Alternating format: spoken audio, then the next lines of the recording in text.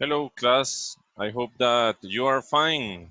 And let's take advantage of this video to study an important topic that we have for today. And let's analyze what's the main topic.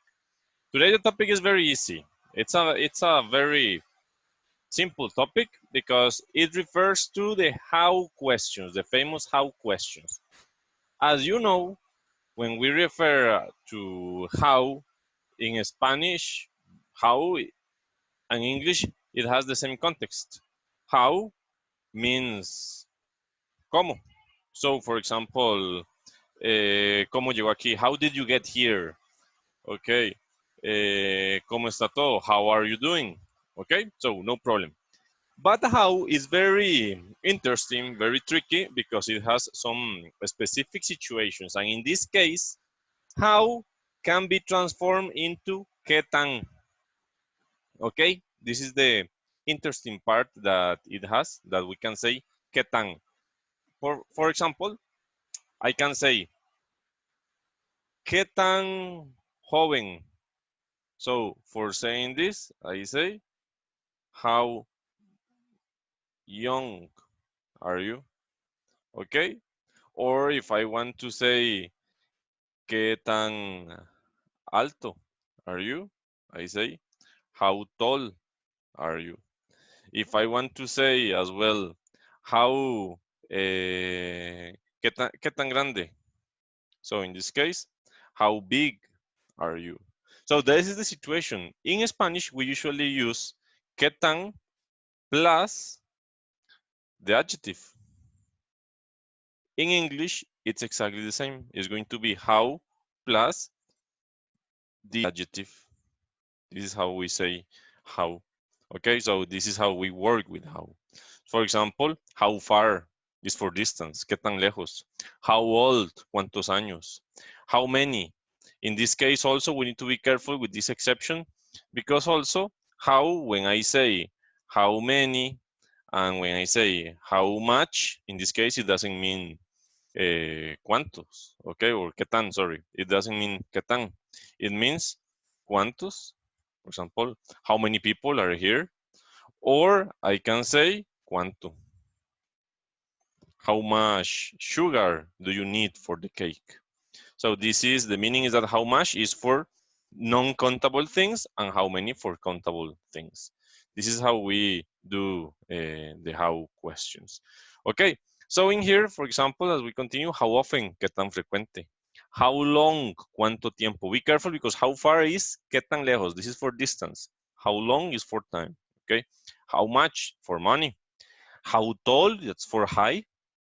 How high, but the difference is that tall is for people, high for mountains. Okay, how deep is the ocean?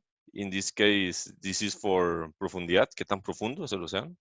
How fast for speed? How big or how heavy? We can add any adjective that you can imagine. ¿Qué tan inteligente? How intelligent is him? ¿Qué tan honesto? How honest is that person? This is how we use the how questions.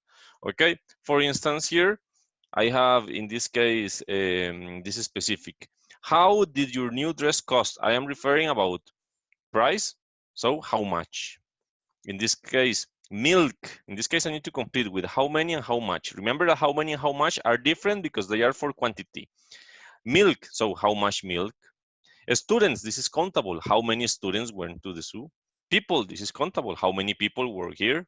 Water is non-countable. How much water is left? Ounce, how many ounce have you got? And chocolate, we cannot count it. So how much chocolate do you eat? How many and how much is for quantity? Remember, how many is for things that have plural, like students, people, ounce, cuantos, and how much for things that don't have plural, like milk, cuánta leche, water, cuánta agua, okay? And then the how questions, we need to analyze in this case the situation. We are referring about the river Thames. Okay, so in this case, we're going to say how, maybe how long, okay? How long is the river Thames? Then we got other ones that are very, very important. Internet connection. How fast is your internet connection? Mount Everest. How high is the Mount Everest? How old is your grandmother? This is a lake, so we are referring how deep. How deep is the lake Baikal, Lago Baikal? So it's a lake. How often do you go to the museum? Etc. So the most important is that I need you to understand that we have how and the adjectives, and with this case we create questions. How long, how tall, how fast, how often, how many, how much, and this is how we create the sentences with how. Okay, I hope that you understood. Remember to continue practicing, and if you have doubts, let me know.